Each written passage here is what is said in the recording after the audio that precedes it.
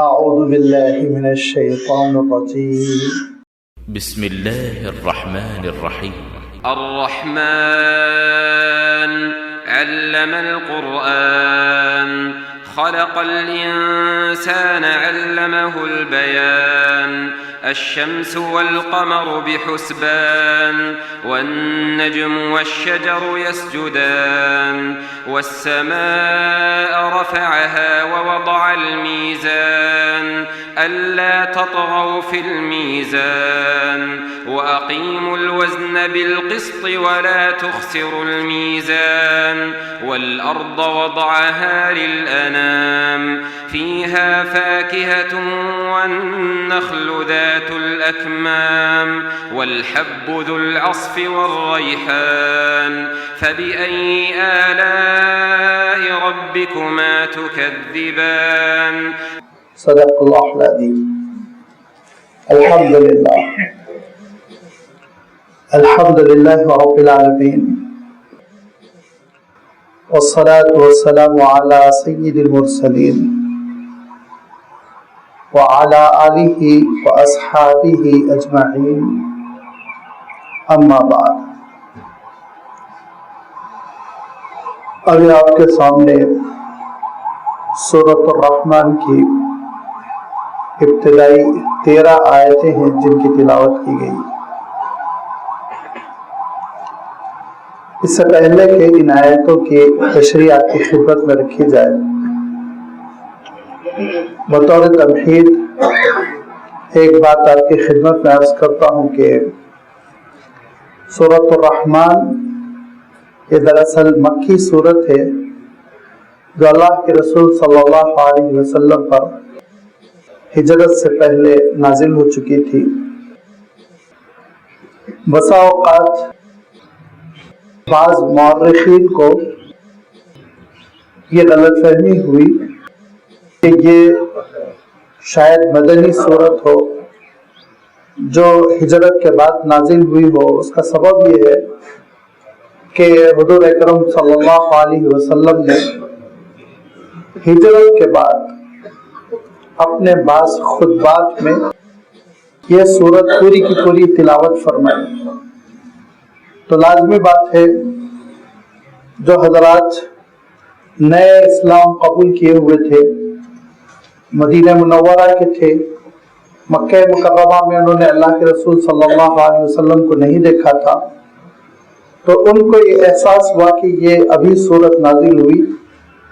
لیکن وہ صحابہ جو حضور اکرم صلی اللہ علیہ وسلم کے ساتھ مکہ مکرمہ سے ہیں، وہ صراحت کے ساتھ کہتے ہیں کہ یہ صورت مکے میں نازل ہو چکی تھی، ہجرت سے بہت پہلے نازل ہو چکی تھی.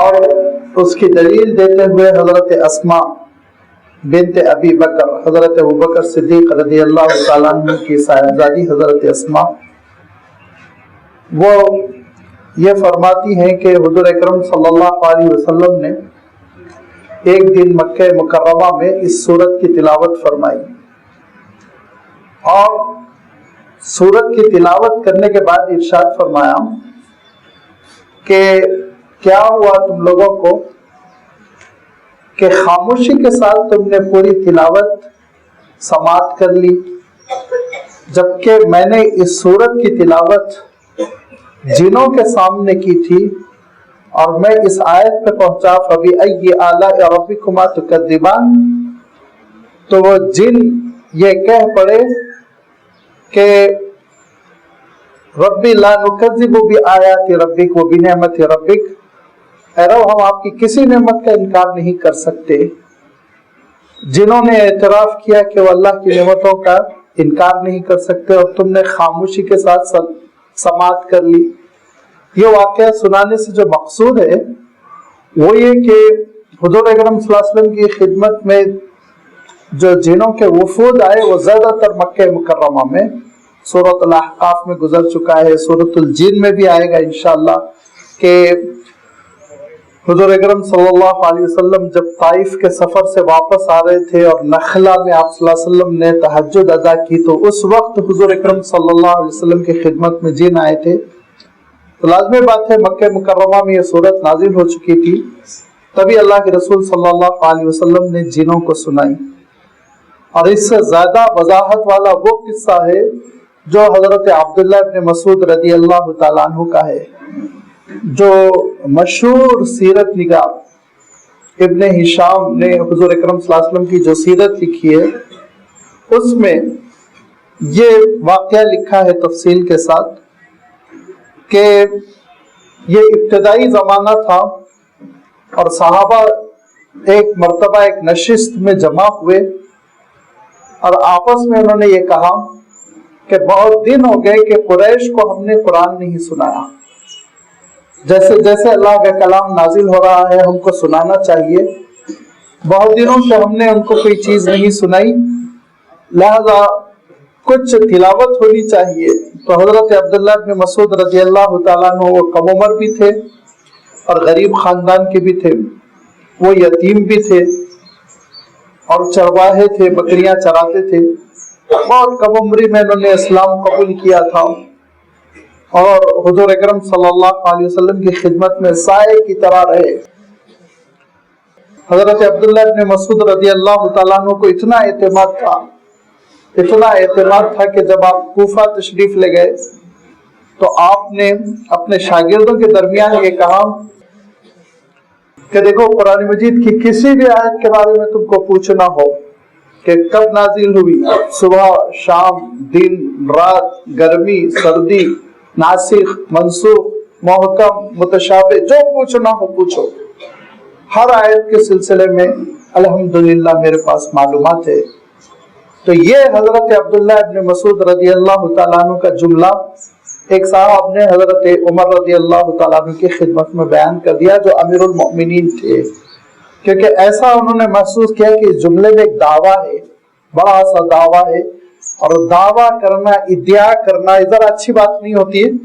لہذا انہوں نے حضرت عمر رضی اللہ تعالیٰ عنہ کی خدمت میں بڑا شکایت کے لب و لہجے میں کہا کہ کوفے میں ایک عالم دین ایسے بھی ہیں جو دعویٰ کرتے ہیں کہ جس آیت کے بارے میں جو سوال کرنا ہے تم کو مجھ سے کر لو، میں بتا دوں گا.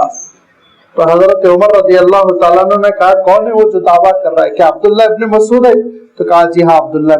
کہا ان کو حق ہے، ان کو حق ہے، وہ ایسے ہی حضور اکرم صلی اللہ علیہ وسلم کی خدمت پہ رہے. یہ حضرت عبداللہ ابن مسعود رضی اللہ تعالیٰ عنہ بیان کرتے ہیں کہ ہم ایک مرتبہ جمع ہوئے اور آپس میں ہم لوگوں نے کہا کہ بھائی بہت دن ہو گئے کوئی دعوتی ہلچل نہیں ہوئی اور مشرکین مکہ کو منکرین کو قرآن مجید نہیں سنایا گیا، کچھ اللہ تعالیٰ کا کلام سنانا چاہیے. تو حضرت عبداللہ ابن مسعود نے کہا جو بمشکل ابھی 16-17 سال کے ہیں، غریب خاندان کے ہیں، والد نہیں ہے، لہذا بیک گراؤنڈ ان کا ذرا مضبوط نہیں ہے اور اس بات کا اندیشہ ہے کہ قریش ان کو پریشان کر دیں. صحابہ نے کہا تم رہنے دو، کوئی اور سوچے. بعد میں جب دیکھا کہ سکتہ تاری ہے مجلس میں، کوئی آگے نہیں بڑھ رہا، حضرت عبداللہ ابن مسعود نے کہا کہ میں جا کر سناؤں گا. لوگوں نے کہا نہیں تم چھوڑ دو، تمہارے علاوہ کوئی اور ہمت کرے تو زیادہ اچھا ہے. اور روایت میں آتا ہے کہ صحابہ نے یہ بھی کہا کہ جس کا خاندانی بیک گراؤنڈ جو ہے مضبوط ہے وہ ہمت کرے تو زیادہ بہتر ہے. لیکن خاموشی رہی اور کوئی ہمت نہیں کر پایا. بڑے مظالم ہو رہے تھے، ظلم کے پہاڑ توڑے جا رہے تھے، آپ جانتے ہیں. تو پھر حضرت عبداللہ ابن مسعود نے کہا میں یہ کام کروں گا. اور اشراق کا وقت تھا، دن پوری طرح نمایاں ہو چکا تھا. قریش کے بڑے بڑے سردار وہ حرم میں بیٹھے ہوئے میٹنگیں مجلسیں کر رہے تھے، نشستیں لگی ہوئی تھی کہ حضرت عبداللہ ابن مسعود پہنچ گئے اور آپ نے تلاوت شروع کی سورۃ الرحمن کی. الرحمن علم القرآن خلق الانسان علمہ البیان. سکتہ ہے، خاموشی ہے اور مجمع کان لگا کر سن رہا ہے، ہمتن گوش ہے اس تلاوت پر. اور جب تلاوت ختم کر دی تو ایک دوسرے سے پوچھا کہ حضرت عبداللہ ابن مسعود کا نام بھی نہیں لیتے تھے بلکہ یہ کہتے تھے کہ ابن ام عبد، یہ عبد کی والدہ کا بیٹا، یہ اس نے کیا سنایا، ابن ام عبد نے کیا سنا دیا. تو ایک صاحب نے کہا یہ قرآن سنا دیا جو محمد صلی اللہ علیہ وسلم پر نازل ہوتا ہے. تب وہ ٹوٹ پڑے اور اتنا مارا کہ آپ کا چہرہ سوج گیا اور آپ بے ہوش ہو گئے. پھر حضور اکرم صلی اللہ علیہ وسلم کی خدمت میں لائے گئے. حضور اکرم صلی اللہ علیہ وسلم نے فرمایا کہ تم نے ایسی کیوں زیادتی کی, اپنے آپ پر ظلم کر لیا, تم کو احتیاط کر لیتے تو بہتر. تو حضرت عبداللہ ابن مسعود کہتے ہیں کہ نہیں, کل موقع ہوگا تو پھر سناؤں گا میں جا کے. آپ صلی اللہ علیہ وسلم نے کہا نہیں, ایک بار سنا دیا تم نے کافی ہے. تو یہ اس سے پتہ چلا کہ مکہ مکرمہ کے ابتدائی دور کی یہ صورت ہے. تبھی تو حضرت عبداللہ ابن مسعود کو پوری کی پوری یاد بھی ہے اور آپ نے سنایا بھی.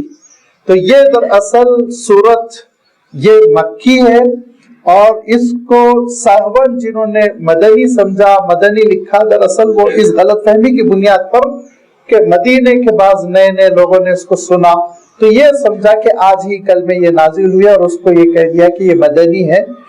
یہ مجموعی طور پر پوری کی پوری صورت حضور اکرم صلی اللہ علیہ وسلم پر ہجرت سے پہلے نازل ہو گئی.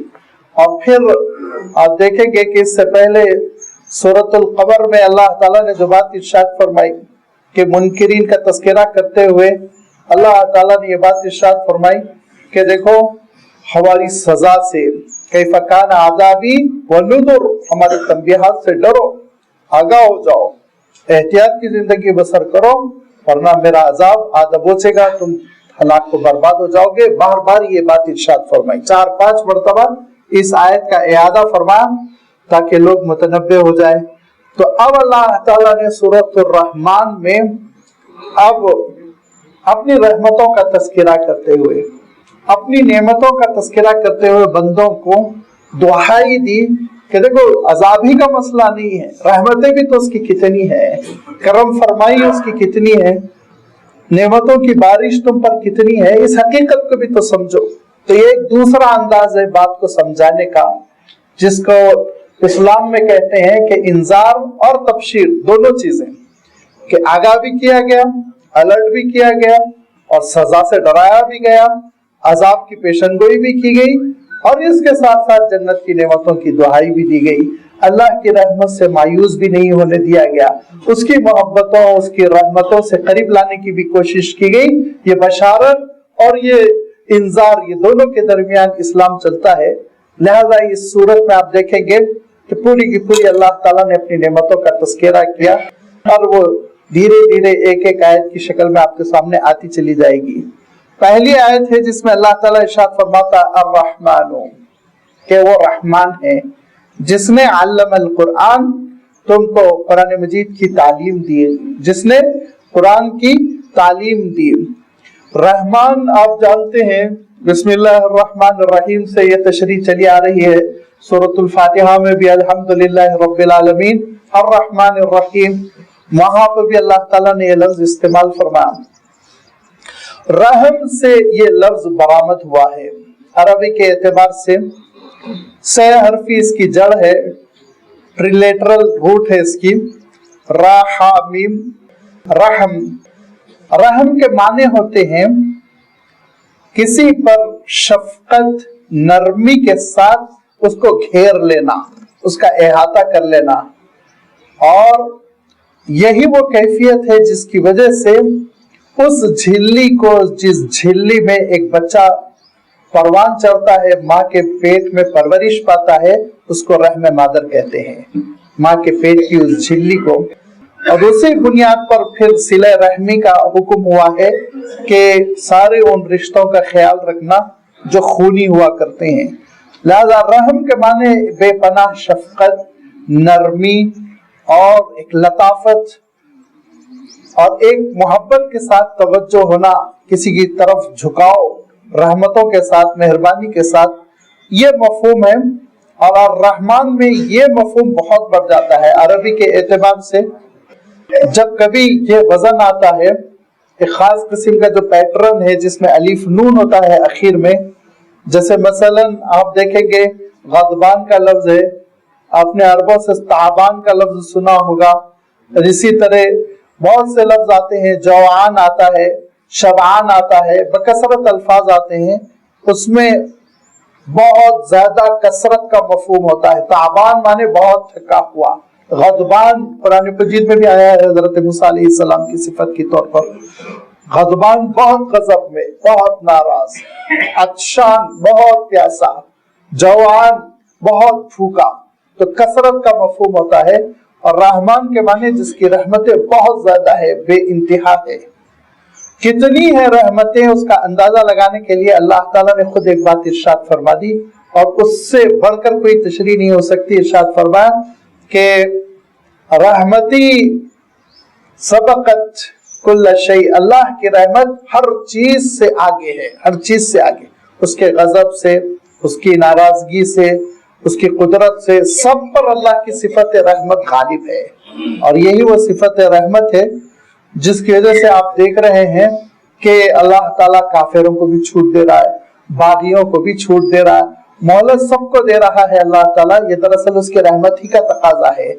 اگر اللہ تعالیٰ کی رحمتوں میں ذرہ برابر کمی ہوتی تو لازمی بات ہے باغیوں کو ختم کر دیا ہوتا، نافرمانوں کو ختم کر دیا ہوتا، لیکن رحمان کی رحمت کا معاملہ یہ ہے، بے پناہ رحمت ہے، جس کی وجہ سے ہر مخلوق، انسان نہیں کہہ رہا ہوں میں، ہر مخلوق اللہ کی رحمتوں کی وجہ سے جی رہی ہے۔ خود حضور اکرم صلی اللہ علیہ وسلم ارشاد فرماتے ہیں کہ رحمت کے 100 حصے اگر کرو تو 99% اللہ تعالیٰ کے ہیں، ارشاد فرما، اور کہا کل ایک حصہ ہے جو پوری مخلوق میں بانٹا گیا ہے، ساری مخلوق میں۔ فرمایا اس ایک حصے کی رحمت کی وجہ سے تم دیکھتے ہو کہ ایک جانور کی ماں اپنے بچے کو اپنے کھروں سے بچاتی ہے، نقصان نہیں ہونے دیتی، بڑا درندہ ہے اور چیر پھاڑ کرتا ہے، لیکن کیا مجال کہ اس کی ماں اس کے بچے کو ذرہ برابر زخمی کر دے، ایک ناخن چبھ جائے۔ اپنے بچے کے لیے جو شفقت ہے، جو رحمت ہے، وہ دراصل وہ جو 1% رحمت پوری کائنات پہ تقسیم کر دی گئی، انسانوں میں، حیوانوں میں، مویشیوں میں، پرندوں میں، وہ پوری 1% جو رحمت تقسیم ہوئی، اس کا یہ نتیجہ ہے کہ دنیا میں یہ ممتا ہے، دنیا میں یہ محبت ہے، دنیا میں یہ اپنائیت ہے۔ تو آپ اندازہ لگائیے جو 99% اللہ تعالیٰ کے پاس ہے، اس کا عالم کیا ہوگا۔ حضور اکرم صلی اللہ علیہ وسلم سے حضرت عمر رضی اللہ تعالیٰ عنہ ایک واقعہ روایت کرتے ہیں کہ ایک سفر میں غالباً یہ غزوہ حنین کا واقعہ ہے کہ پہلے ذرا مسلمانوں کو شکست ہوئی، کیونکہ فتح مکہ کے فوراً بعد یہ جنگ لڑی گئی تھی۔ تو فتح مکہ میں بہت سارے لوگ نئے اسلام قبول کیے تھے بکثرت، ہزاروں لوگ، وہ سب جنگ میں شامل تھے، ان کا اتنا تجربہ بھی نہیں تھا، اور وہ ثابت قدمی بھی نہیں پیدا ہوئی تھی جو پرانے صحابہ کے اندر تھی۔ تو پہلا جو حملہ ہوا تو وہ ذرا پیچھے ہٹ گئے تھے، تتر بتر ہو گئے تھے۔ بعد میں حضور اکرم صلی اللہ علیہ وسلم کی دعوت پر پھر سب لوٹ کر آئے، اور پھر اس قبیلے پر، اس خاندان پر کنٹرول کیا جس سے جنگ ہو رہی تھی۔ تو اس موقع پہ حضرت عمر رضی اللہ تعالیٰ عنہ فرماتے ہیں کہ ایک ماں نے اپنے بچے کو کھو دیا، اس کا بچہ گم ہو گیا چھوٹا سا۔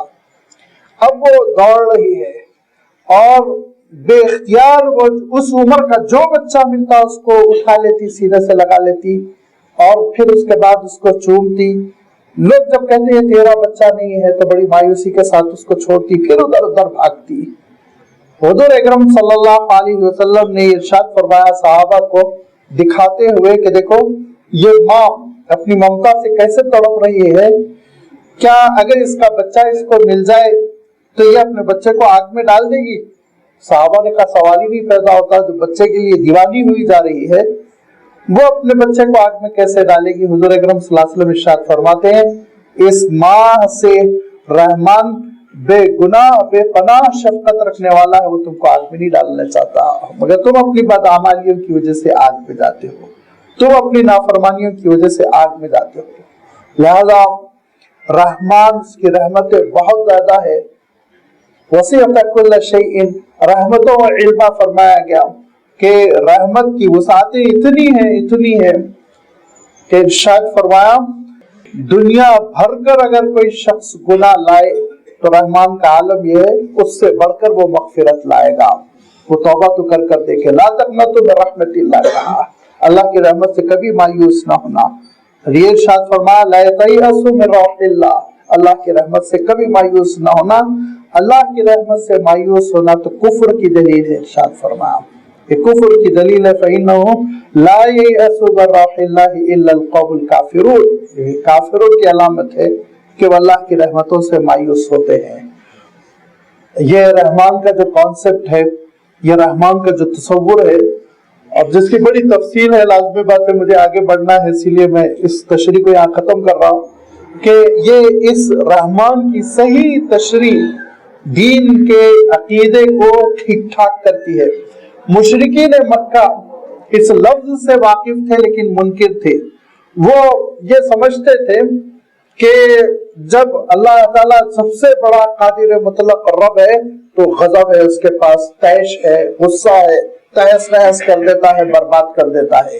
جب ایک منفی نقطہ نظر ان کا بن گیا، عقیدہ ان کا ٹھیک ٹھاک نہیں رہا، تو پھر ان کے اندر یہ غلط فہمی پیدا ہوئی، یہ شرک پیدا ہو گیا کہ ہمارے سفارشی ہونا چاہیے، اللہ تعالیٰ کی ناراضگی کو روکنے والے کچھ ہونا چاہیے۔ کون ہو سکتے ہیں؟ لہذا انہوں نے اللہ تعالیٰ کی اس کے عذاب، اس کی سزا سے روکنے والی شخصیتوں کو تجویز کیا، کہا کہ یہ مقبول بندے ہیں، لات عزا منات وغیرہ، یہ دراصل ان کو بڑا تقرب ہے اور یہ اللہ تعالیٰ کے غضب کو روک لیں گے، سفارش کر دیں گے اور وہ اس کو ناراض نہیں ہونے دیں گے، خوشامد کر لیں گے۔ یہاں سے ان کے اندر شرک پیدا ہو گیا۔ حضور اکرم صلی اللہ علیہ وسلم نے جب رحمان کی دعائی دی، بسم اللہ الرحمن الرحیم، الحمدللہ رب العالمین الرحمن الرحیم الرحمن علم القرآن، تو انہوں نے یہ کہا کہ کیا رحمان کہتے ہیں؟ ہم رحمان کو نہیں جانتے، نعوذ باللہ، ہم رحمان کو نہیں جانتے۔ تو پھر اللہ تعالیٰ ارشاد فرمایا کہ یہ دراصل تمہاری جو دل کی بغاوت، بدبختی اور قساوت ہے اس کی وجہ سے تم یہ انکار کر رہے ہو۔ اور ان کی یہ کیفیت اس وقت کھل کر آئی جب صلح حدیبیہ ہو رہی تھی اور حضور اکرم صلی اللہ علیہ وسلم نے کہا لکھو بسم اللہ الرحمن الرحیم، تو سہیل بن عمرو کہتے ہیں کہ یہ الرحمن الرحیم، الرحمن ہم نہیں جانتے، یہ لفظ استعمال آپ نہیں کر سکتے۔ تو پھر حضور اکرم صلی اللہ علیہ وسلم نے کہا کیا لکھا جائے؟ کہا بسمک اللہم، یہ آپ لکھیے، ہم اس پر تیار ہیں، بسمک اللہم، اور رحمان کا لفظ مت لکھیے۔ ایک شعار بن گیا تھا، مسلمانوں کا ایک نعرہ بن گیا تھا، جس سے ارشاد فرمایا وزادہم نفورا، ان کے اندر ایک نفرت سی پیدا ہو گئی تھی، کیونکہ وہ دراصل اللہ تعالیٰ کو ایک طیش والا، غضب والا ایسا خدا جو قہار ہو، ایسا خدا جو صرف ڈانٹ پھٹکار کرتا ہو، تباہ و برباد کرتا ہو، نعوذ باللہ ایسا تصور کر رکھا تھا۔ لیکن اسماء حسنہ جب آپ پورے کے پورے دیکھیں گے تو عقیدے کی صحیح چولے بیٹھتی ہیں، عقیدہ ٹھیک ٹھاک ہوتا ہے، وہ رحمان بھی ہے، وہ رحیم بھی ہے، اور وہ لازمی بات ہے وہ اس کے ساتھ ساتھ وہ قادر مطلق بھی ہے اور عزیز الذوانتقام بھی ہے، سزا دینے پر قادر بھی ہے۔ یہ ساری عقیدے کی باتیں جو اسماء حسنہ میں آ گئی، اس کی صحیح اگر آمیزش ہو، صحیح کمبینیشن ہو تو اللہ تعالیٰ کا صحیح تعارف ہوتا ہے۔ یہاں آغاز اللہ تعالیٰ نے فرمایا الرحمن، بے پناہ رحمتوں والا پروردگار، علم القرآن، اس کی رحمتوں کا تقاضا ہوا کہ اس نے انسان کو قرآن مجید سے نوازا، اس نے ساری انسانیت کو حضور اکرم صلی اللہ علیہ وسلم کے توسط سے اپنا کلام عطا کیا۔ اللہ تعالیٰ نے قرآن مجید ہم سب کو عنایت فرمایا، حضور اکرم صلی اللہ علیہ وسلم پر نازل ہوا اور حضور اکرم صلی اللہ علیہ وسلم نے صحابہ نے پوری امت کو سکھایا، دھیرے دھیرے یہ اللہ تعالیٰ کا کلام ہم تک پہنچ گیا۔ تو یہ کلام، اللہ کا کلام قرآن مجید، یہ دراصل ہمارے لیے دستور حیات ہے۔ یہ قرآن مجید ہماری زندگی گزارنے کا قرینہ ہے، ہماری زندگی گزارنے کا طریقہ ہے جو اللہ تعالیٰ کی جانب سے ہم کو ملایا ہے۔ ہدایتیں ہیں، ہدی للناس، ہدی للمؤمنین، شفاء و رحمت للمؤمنین، اس کلام پاک کی جو صفتیں آئیں کہ ہم سب کے لیے زندگی گزارنے کا یہ سرمایہ ہے۔ تو یہ سرمایہ، یہ دستور اللہ تعالیٰ دینے کا حق کیوں رکھتا ہے؟ اس لیے رکھتا ہے کہ خلق الانسان، پیدا بھی تو اسی نے کیا۔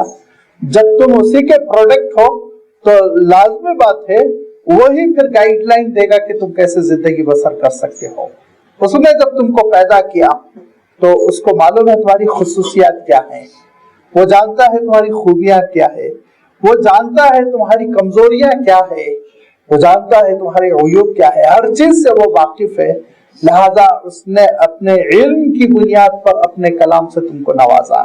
اب یہ جو اللہ تعالیٰ کا کلام ہے، یہ اللہ تعالیٰ کا کلام اس لیے انسان کے لیے لازمی ہے، ضروری ہے کہ خود اس کے خالق نے اس کو عطا کیا، اس کے مولا نے اس کو عطا کیا، اس کے مالک نے اس کو عطا کیا، تو لازمی بات ہے کہ ایک چیز جو کسی اور نے بنائی ہو اس چیز کو کیسے چلایا جائے، وہ چیز کیسے کارآمد ہو، اس چیز کا استعمال کیسے ہو، وہ میں نہیں بتا سکتا، بتائے گا وہی جس کا پروڈکٹ ہے، جس نے بنایا ہے، جس نے ایجاد کیا، لہذا اللہ تعالیٰ نے بنایا ہے۔ اب اللہ تعالیٰ بتائے گا انسان کیسے جی سکتا ہے، انسان کیسے رہ سکتا ہے، انسان کیسے بن سکتا ہے، اور اللہ تعالیٰ نے انسان کو اس لیے مخاطب بنایا، اور آگے انشاءاللہ یہ بحث آ رہی ہے کہ جنوں کو بھی اللہ تعالیٰ نے ضمنی کر دیا، فالوور کی حیثیت دے دی، انسان کو اللہ تعالیٰ نے ایڈریس فرمایا، انسان کو مخاطب فرمایا، اور آپ جانتے ہیں ہم اردو میں کہتے ہیں نا اشرف المخلوقات، اور لازمی بات ہے جو ہم اردو میں کہتے ہیں کوئی غلط فہمی کی بنیاد پہ نہیں کہتے ہیں، سورہ بنی اسرائیل میں اللہ تعالیٰ نے صاف ارشاد فرمایا وَفَضَّلْنَا عَلَى كَثِيرٍ مِّمَّنْ خَلَقْنَا تَفْضِيلًا، ہم نے اپنی مخلوق پر انسان کو فضیلت دی ہے، خود اللہ تعالیٰ اعلان فرماتا ہے۔ تو یہ جو اشرف المخلوقات ہے، یہ اشرف المخلوقات کیوں ہیں؟ اشرف المخلوقات ہونے کی ایک علامت، ایک سائن، ایک سمبل اور ایک خصوصیت یہ ہے کہ علمہ البیان، اللہ تعالیٰ نے ہم کو قوت گویائی دی۔ ہم جو گفتگو کرتے ہیں بہت بڑی نعمت ہے، بہت بڑی نعمت ہے، جس سے دیگر مخلوق محروم ہے۔ دیگر مخلوق سے مراد جنوں کا کیا عالم ہے، ان کے سلسلے میں تو بہت ساری چیزیں آنے والی ہے آگے، لیکن یہ کہ جنوں کے علاوہ جتنی دیگر مخلوق آپ اس روئے زمین پر پا رہے ہیں، کسی کے اندر بیان کی صلاحیت نہیں ہے۔ کبھی کبھی لوگ یہ بات کہہ دیتے ہیں کہ بعض طوطے بھی تو بولتے ہیں، نہیں بولتے ہیں بھائی، وہ آپ کی آواز کی تھوڑی سی نقل کرتے ہیں، ایک آنکھ آواز آپ کی ایسی ہوتی ہے، ایک دو جملے آپ کے ایسے ہوتے ہیں جن کی نقل وہ اتار سکتے ہیں۔ بیان کہتے ہیں معافی ضمیر کو ظاہر کرنا، مجھے درد ہو رہا ہے تو میں بول سکوں، مجھے خوشی ہو رہی تو میں بول سکوں، مجھے بھوک لگ رہی ہے میں اس کو الفاظ کے ذریعے آپ تک پہنچا سکوں، اس کو بیان کہتے ہیں۔ یہ تو میں موٹی موٹی چیزیں کہہ رہا ہوں، اور جب آدمی آگے ترقی کرتا ہے، مفکر بنتا ہے، اپنی فکر کو منتقل کرتا ہے، اپنی سوچ کو منتقل کرتا ہے، اپنے جذبات کو، اپنے احساسات کو منتقل کرتا ہے، یہ ہے قوت بیان۔ کیا یہ طوطے کے اندر ہے؟ بچوں جیسی باتیں ہیں کہ طوطا بھی تو بیان کر لیتا ہے، ایک آدھ لفظ وہ ریپیٹ کر دیتا ہے، اس سے زیادہ اس کے اندر کوئی صلاحیت نہیں۔ بیان صرف انسان کی خصوصیت ہے، بولنا یہ صرف انسان کی خصوصیت ہے، اور اللہ تعالیٰ نے یہ نعمت ایسے عنایت فرمائی کہ آپ دیکھیں گے کہ انسان کا بچہ دوسرے سال میں کیا داخل ہونے لگتا ہے کہ بس بیان شروع کر دیتا ہے، ایک ایک چیز کو بولنے لگے گا، اور 2-2.5 سال مکمل کرتا ہے تو اپنی ضروریات کو بیان کرنے لگتا ہے، اپنی ساری ضروریات کو بیان کرنے لگتا ہے، اور 4-5 سال کا ہو جاتا ہے تو پھر وہ بڑا لفاظ بن جاتا ہے، خوب گفتگو کرتا ہے، دھیرے دھیرے اس کو زبان پر دسترس اور قدرت حاصل ہو جاتی ہے، اور اس میں 1 روپیہ خرچ نہیں ہوتا ہے، 1 روپیہ خرچ نہیں ہوتا ہے، بلا کسی خرچے کے وہ خود بخود بولنے لگتا ہے۔ اللہ تعالیٰ نے اسی عظیم الشان صلاحیت دی، اور پھر اس کے بعد سے یہ قوت گویائی اللہ تعالیٰ نے عنایت فرمائی، اور اس قوت گویائی کے لیے اللہ تعالیٰ نے جو نظام رکھا اور اس کا جو اللہ تعالیٰ نے سسٹم رکھا، اس پر آپ غور کیجئے۔ جو انسان کو اسپیچ آرگنز اس نے عنایت فرمائے، لنگس سے جو یہ کام شروع ہوتا ہے، ہوا کو کھینچنا، پش کرنا باہر کی طرف، پھر اس کے بعد زبان اپنا کام کرے، دانت اپنا کام کرے، ہونٹ اپنا کام کریں، یہ آپس میں ایک دوسرے سے ملیں اور ٹکرائیں، اور ان کے ذریعے سے مختلف آوازیں پیدا ہو، اور یہ آوازوں کا مجموعہ الفاظ، اور الفاظ کا مجموعہ جملے، اور پھر ان جملوں کے ذریعے سے ہم اپنی پوری بات چیت جو کر لیتے ہیں۔ پھر اس کے بعد یہ جملے جو ہوا میں یہ سفر کرتے ہیں، سفر کرنے کے بعد سامع تک، سننے والے تک پہنچتے ہیں، اس کے کان میں داخل ہوتے ہیں، جو شین کا سوراخ ہے اس سے شین، جو سین کا سوراخ ہے اس سے سین، جو فا کا سوراخ ہے اس سے فا، جو عین کا سوراخ ہے اس سے عین داخل ہونے کی وجہ سے جو آپ ڈفرینشیٹ کر رہے ہیں الفاظوں کو اور آوازوں کو، اور اس کے ذریعے سے جو آپ مفہوم اخذ کر رہے ہیں، کتنا زبردست قسم کا یہ خدائی نظام ہے جس کی وجہ سے آج ہم بات چیت کرتے ہوئے اتنی ترقی کر چکے ہیں۔ اگر زبان نہ ہوتی تو کوئی ترقی نہیں ہو پاتی۔ زبان کی وجہ سے ساری ترقی ہے، پوری سائنس یاد رکھیے مرہون منت ہے زبان کی۔ کیوں؟ اس لیے کہ ابتدا میں انسان نے کچھ تجربات کیے ہلکے پھلکے، وہ اپنی زبان کے ذریعے سے انہوں نے بیان کیا، اس کو لوگوں نے سنا، یاد کیا، اس تجربے پہ اپنے تجربے کا اضافہ کیا، تھوڑی سی ترقی ہوئی، پھر اس جنریشن نے ایکسپریس کیا، بیان کیا اپنے تجربات کو، اپنے ایکسپیرینس کو، اس میں تیسری نسل نے تھوڑا سا اور اضافہ کیا، دھیرے دھیرے یہ اضافے ہوتے ہوتے ہوتے ہوتے پھر آج یہ سائنس آپ کو نظر آ رہی ہے۔ اگر زبان نہ ہوتی تو پھر ہم بھی ویسے ہی رہتے جیسے کہ چوپائے ہیں، ایک خاص قسم کی ایک سطح کی لائف۔ ان کی زندگی میں ترقی ہوئی نہیں، ان کی زندگی میں ترقی نہیں ہوئی۔ اگر بیچاروں کی زندگی میں ترقی ہوئی تو اتنی ہوئی، پہلے چھری سے ان کی گردن کٹتی تھی، اب مشینوں سے گردن کٹتی ہے، لیکن معیار زندگی ان کا نہیں بڑھ سکا۔ لیکن انسان نے اپنی زندگی میں بڑی ترقی دی، وسعت دی، اور اس کی وجہ ہے زبان۔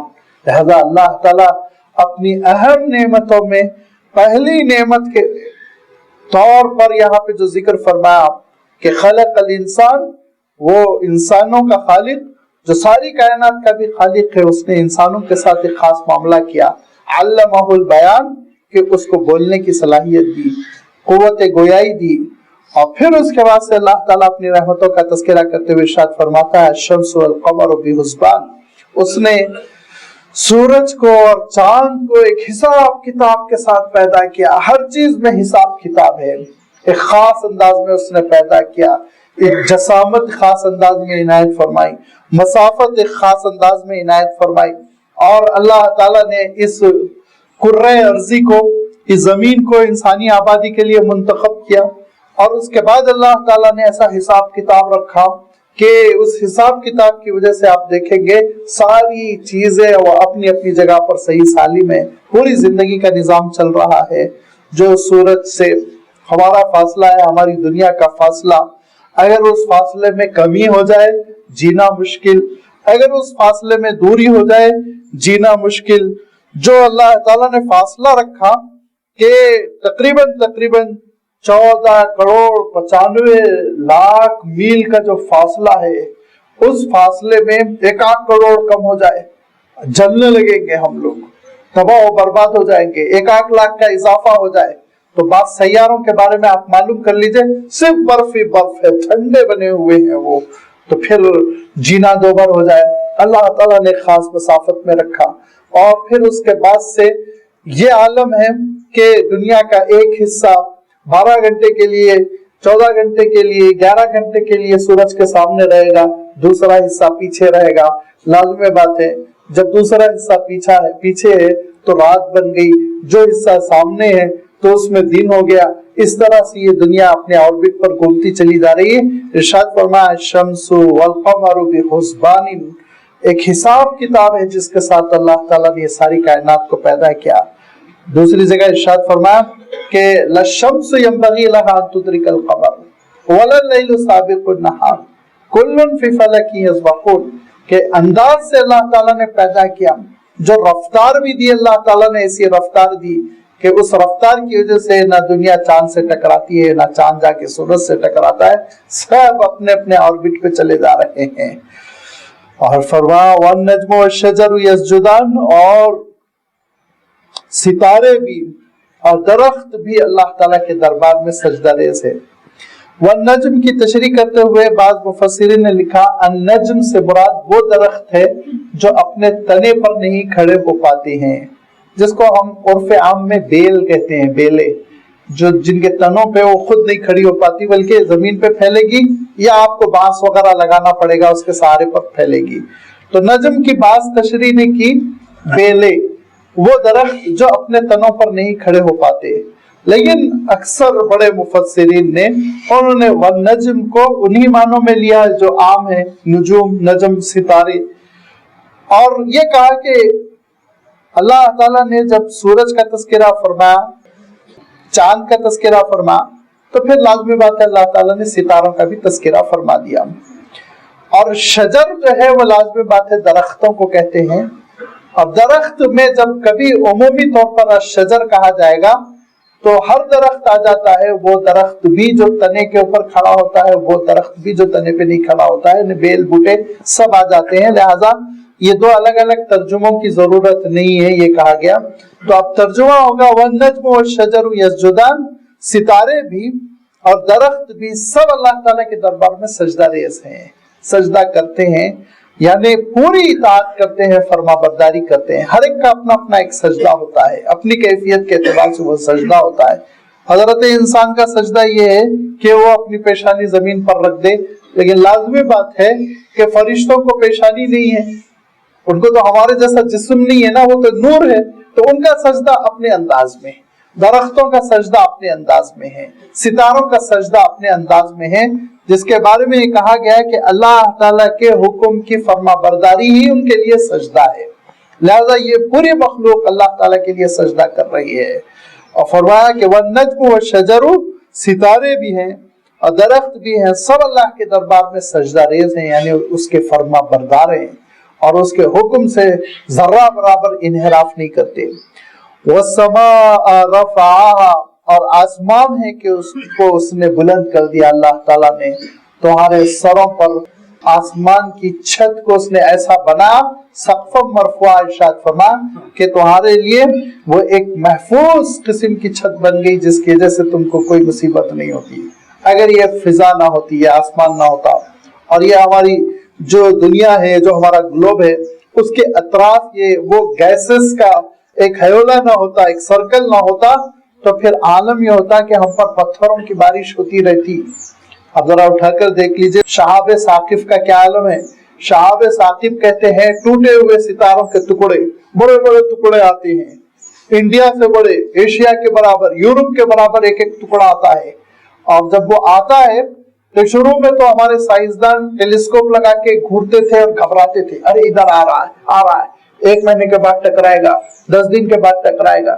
لیکن بعد میں ان کو اب تجربہ ہو گیا کہ جیسے ہی وہ ہمارے اس فضا میں, اسپیس میں, گیسز میں داخل ہوتے ہیں تو ہوا کی رگڑ سے وہ جلتے ہیں, اور جلنے کے بعد راک میں تبدیل ہو کر فضا میں تحلیل ہو جاتے ہیں. ہم پر آ کے نہیں گرتے, اگر گرتے بھی ہیں تو بہت چھوٹے موٹے ٹکڑے اس کے آ کے گرتے ہیں, ورنہ وہ بڑے بڑے ٹکڑے اگر ٹکراتے تو سوچئے کیا حشر ہوتا.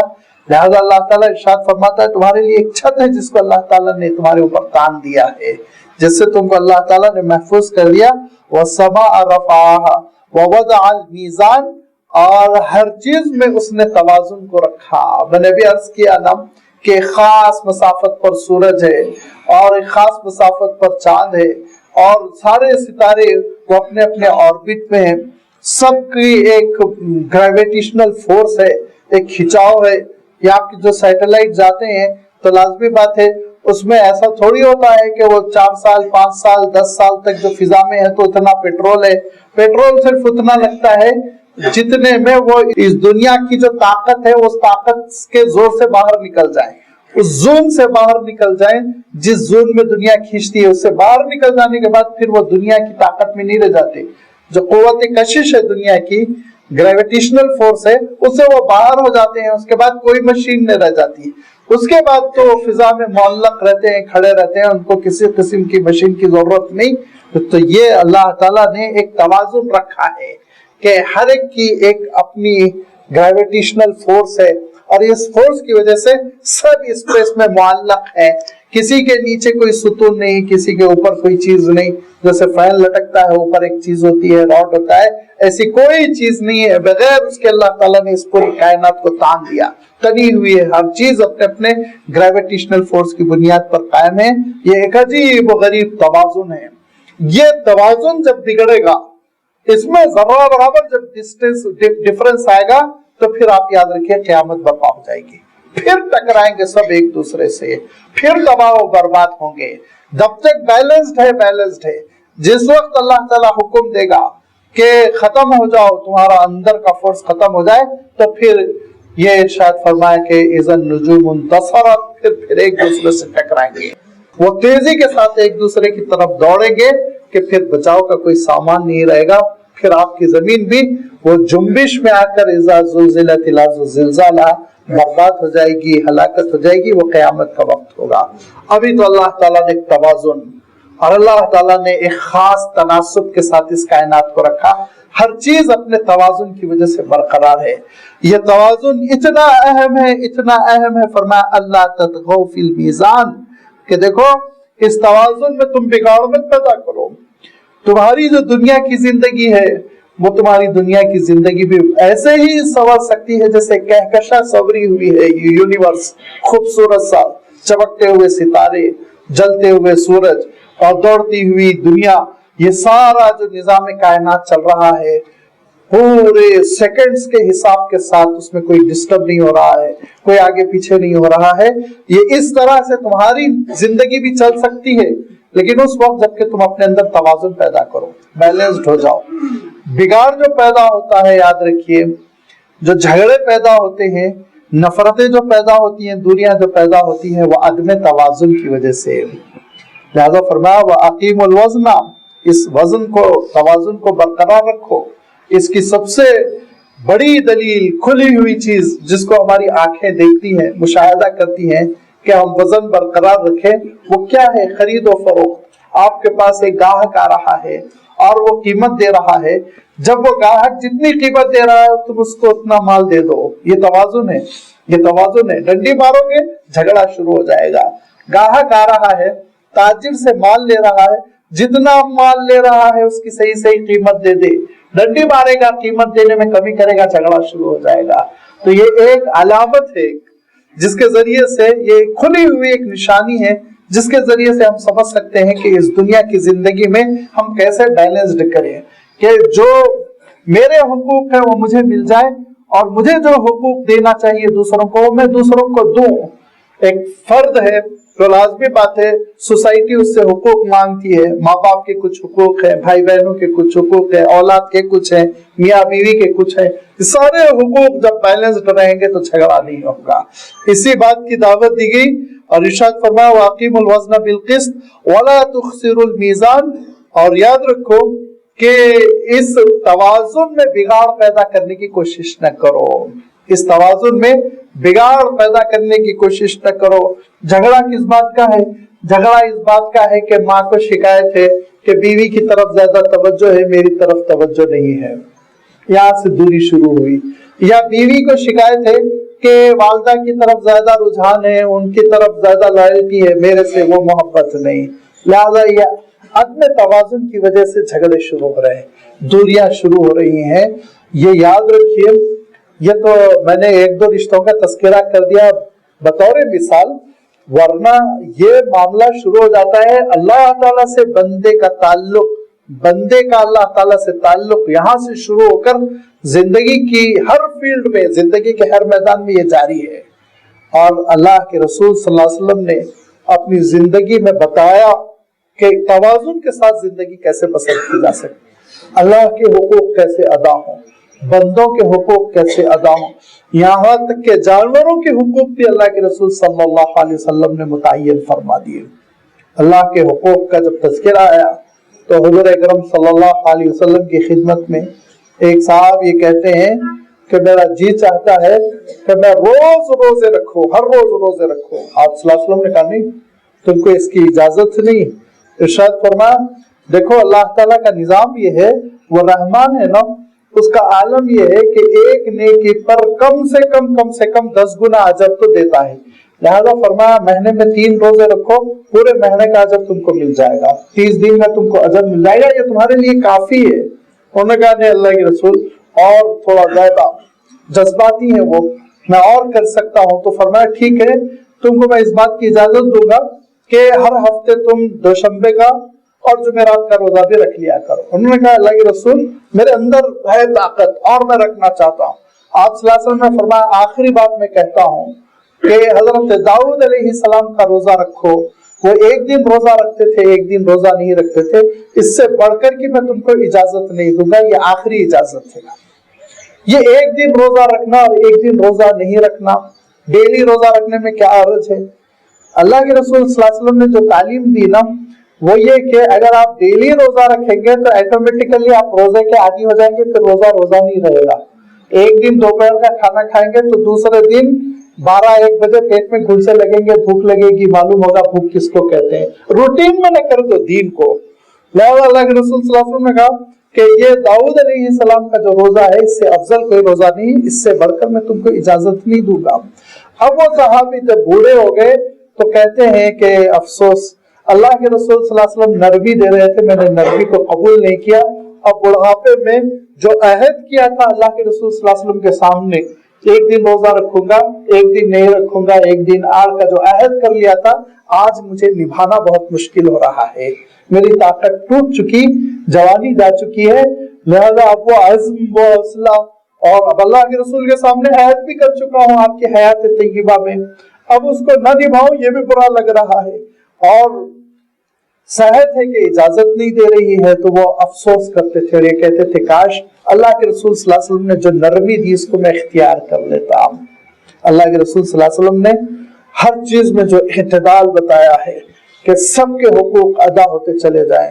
حضور اکرم صلی اللہ علیہ وسلم کے پاس کچھ لوگ آئے جبکہ حضور اکرم صلی اللہ علیہ وسلم موجود نہیں تھے، اور آپ کے گھر والوں سے پوچھا، امہات المومنین سے پوچھا حضور اکرم صلی اللہ علیہ وسلم کے معاملات کیا ہیں. تو کہا کہ دیکھو رات میں بیشتر حصہ سوتے ہیں اور آخری رات اٹھ جایا کرتے، تہجد پڑھتے ہیں. تو ایک صاحب کہنے لگے کہ وہ تو اللہ کے رسول ہے، آپ کی تو فضیلت مسلم ہے، میں تو پوری رات تہجد پڑھوں گا. پھر کہا دیکھو اللہ کے رسول صلی اللہ علیہ وسلم کبھی کبھی مستقل لگاتار روزے رکھتے ہیں، کبھی کبھی ایسا ہوتا ہے کئی 10 12 دن روزے بھی نہیں رکھتے، کبھی روزے رکھتے ہیں کبھی روزے نہیں رکھتے. تو صاحب کہنے لگے یہ تو ذرا کم ہے، اور میں تو روزے ڈیلی رکھوں گا، ہر دن روزے رکھوں گا.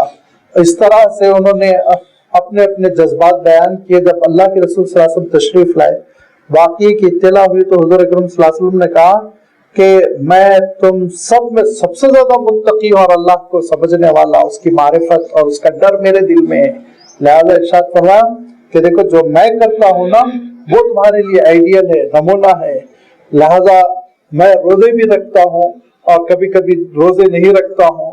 میں رات میں نماز ایک حصے میں پڑھتا ہوں، ایک حصے میں آرام کرتا ہوں. یہی دین ہے، توازن. توازن کے معنی ہے دین کے، یہ نہیں کہ تم دین کے نام پر اپنے گھروں سے، اپنی ذمہ داریوں سے راہ فرار اختیار کر جاؤ، جا کے چرچ میں بیٹھ جاؤ اور والدین کی خبرگیری نہیں کر رہے ہو اور اللہ کے ہو جانے کا دعویٰ کر رہے ہو. رہبانیت ابتدعوها کہا ہے کہ یہ وہ رہبانیت ہے اور زندگی سے راہ فرار اختیار کرنے کی وہ صورت ہے، وہ شکل ہے جس کو اللہ نے پسند نہیں فرمایا. کیا ہوا، کیسے کیسے واقعات ہے کہ ننس بن گئے، بھاگ گئے گھر سے، چرچ میں چلے گئے، بیٹھے ہوئے ہیں، اور ماں ہے کہ تڑپ تڑپ کے جان دے دی کہ بیٹا ایک بار ملاقات کے لیے آ جائے. یہ اسلام تھوڑی اجازت دیتا ہے کہ ماں تمہاری تڑپ تڑپ کر مر جائے اور تم چرچ میں عبادت گاہ میں بیٹھے رہو. ہرگز نہیں. مسجد جانے کا وقت ہو تو مسجد جاؤ، ماں کی خدمت کا وقت ہو تو ماں کی خدمت کرو. مسجد جانے کا وقت ہو تو مسجد جاؤ، والد کو جب تمہاری ضرورت ہو تو والد کی خدمت میں رہو. ساری چیزوں میں ایک عجیب و غریب توازن ہے. حضرت سلمان فارسی رضی اللہ تعالیٰ عنہ بیان کرتے ہیں کہ مدینہ منورہ میں حضور اکرم صلی اللہ علیہ وسلم نے کہا کہ تم ایسا کرو کہ ابو الدرداء کو اپنا بھائی بنا لو، ان کے ساتھ تم رہو. لہذا حضرت سلمان فارسی حضرت ابو الدرداء کے گھر پہنچے تو دیکھا کہ گھر کے حالات بڑے خستہ ہیں، کپڑے نہیں ہیں صحیح ٹھیک ٹھاک، کھانے پینے کی چیزیں نہیں ہیں. تھوڑا بہت کچھ لنچ تیار کیا گیا تو حضرت ابو الدرداء نے کہا تم کھا لو، میں تو روزہ ہوں. حضرت سلمان فارسی کہتے ہیں کہ میں بھی نہیں کھاؤں گا، بھوکا رہوں گا، یا پھر یہ کہ آپ میرے ساتھ لنچ میں شریک ہوں. تو انہوں نے بادل ناخواستہ روزہ بہرحال توڑ دیا اور حضرت سلمان فارسی کے ساتھ دن میں کچھ کھا پی لیا. رات ہوئی، سونے کا وقت ہوا تو کہا کہ سلمان تم سو جاؤ، میں نماز پڑھتا ہوں. ہاتھ پکڑ کے کھینچا، کہا آپ بھی لیٹیے، آرام کیجئے. لیٹ گئے، آرام کیا. 12-1 بجے پھر اٹھ گئے نماز پڑھنے کے لیے. حضرت سلمان نے پھر کھینچا ان کو، کہا کہ آپ لیٹ جائیے، ابھی سوئیے. پھر سلا دیا.